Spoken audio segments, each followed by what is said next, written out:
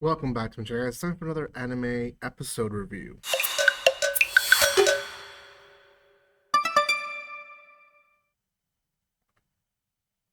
Welcome back to my channel, guys. We're going to be doing another episode review of the anime Zenshu, which is releasing on Crunchyroll. This is a series that, um, honestly, it's a lot better than I expected to be. It does have growth to the characters, but it's come to a halt, I guess. It almost feels like this last episode could have been the last episode, but it's just the fourth one, so not really sure where they're gonna go past this point. So I guess we'll have to see. Before anything, though, if you haven't done so by now, make sure you subscribe to my channel. Give some love by commenting, liking, and sharing. You guys can follow me on social media by checking the description below. I do have a review on episode 2 and 3 already out, and the first impressions for episode 1 as well. So if you guys want to see any of those videos, they're already posted in my channel. And Senshu can be found on Crunchyroll. That's where I'm watching it. If you're watching me internationally, you might not be able to watch it. Just you'll have to find it somewhere else. It is what it is. So okay, Senshu episode 4. It really kind of follows only three of our main characters, which is Natsuko, our main or Hirose. I guess I'll call her that. Hirose, who is our main protagonist, and then Luke Braveheart. He's very much involved in this episode, and Memian, the elf girl. Unio and QJ, the robot, and the unicorn. They kind of show up here and there. Um, they're not really hugely important in the episode though. So, um, Hirose in episode 3 at the end, and I talked about this a little bit, noticed something different about Mimi. And in the beginning of this episode, we get the reason why she looked at her weird because she actually knows what Mimian's doing.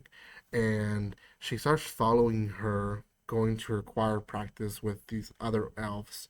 And again, we're fishy about her already since episode 3. So we know something's going on. But we get this um, it's not foreshadowing. What's really the right word?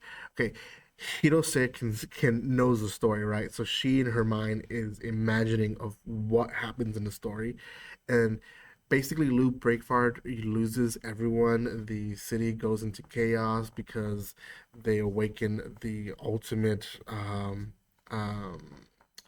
evildoer, I guess, and Braveheart is able to defeat it. And when the thing opens up, it dies. It reveals that Minion is the one inside of it.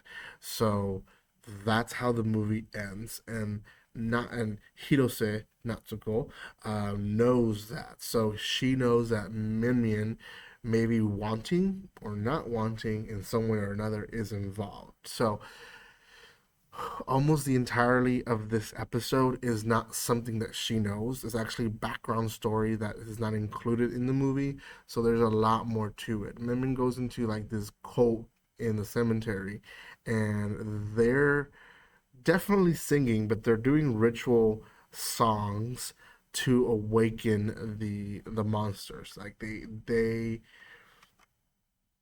want to awaken them so that they basically create destruction, um, and for the entirety of uh, the world. And Menmian main her main what's the word, her main thoughts behind it is that she's lived so long. She's seen so many of her friends and loved ones die, and because of this, um, that she wants the world just to end. Like it's such a weird way or a weird pain to have, but she wants it. She just wants the world to end. So Braveheart takes it, and he obviously is he is heartbroken. He and her are friends, right? There, she doesn't have ill intentions. Um, and Hirose is like, well, we gotta stop her. Like, we can't just walk on eggshells with this girl. She definitely is a force to reckon, and she wants to awaken the ultimate void. That's what they're called, voids. I forgot the name, but anyways, they decide to talk to her. Braveheart starts the conversation. He walks on eggshells all around her. Like, he doesn't want to upright tell her what he knows. And this gets Hirose so annoyed. So she barges in and is like, we need to talk. Like, we know that you are involved in this weird rituals, and we know that you're wanting to bring the voids and all that. And Min again explains her story of like of that pain of basically saying like I'm doing it for right reason. Like, I don't want you guys to go through it. And they, like, while this is happening, we're kind of seeing townspeople talking in the background. Like, they kind of panel in and out, and they're saying how the town is the last town. Like, there's only a last town because of the heroes. Like, this is basically the end of the humanity. Like, there's, or at least according to them, there is no more humanity now. I honestly, side note, believe that that's going to be the next part to the story, is that they're gonna try and look for others. Once the voids are gone, or they think they're gone, they're gonna look for others or the reason why they're appearing or something like that, and they're gonna find others out there. I don't think they're the last town like they claim to be, but they just believe they are, right? So that conversation doesn't go well. Min Min goes with her group of buddies, and they try to awaken the ultimate void, and while doing so, Hirose is given the power again to draw a character to save the world, and she draws a an idol in a musician idol, that everyone falls in love with. Like, it's a very weird ending. Everyone falls in love with him, and it ends up being that this is the character that she had created prior for another anime that she created, and they're idle men, and that people just fall for.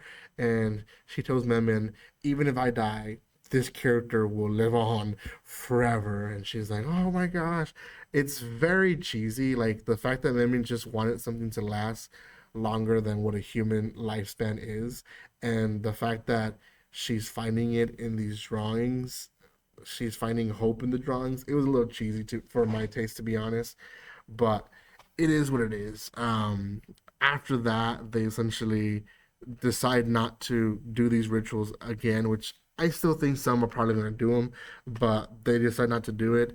And they tell Unio and QJ what was going on, because they were suspicious of them. Like, why is everyone suspicious today? And yeah, the episode ends with Unio making a joke of, I thought Luke was dating Hirose, and Luke just like laughs very nervously, which confirms my prediction from episode 2 and 3, where I believe Hirose is going to be Luke's new love interest, which is going to make Destiny, I guess is her name. I believe is her name. Um, yeah, Destiny heartwarming. She's basically going to be a non-existent character for the story anymore, even though she was a main character in the movie that Hirose remembers. So, pretty good episode. I'm again, this is the end. This is the end of the movie that Hirose knows. So, what's next? We don't know. She doesn't know. So, I'm excited to see a new beginning in episode 5 and see what happens from there. So, thank you guys so much for watching this. If you haven't done so by now, make sure you subscribe to my channel, and I'll see you next time. Like always, don't be strangers. See you guys.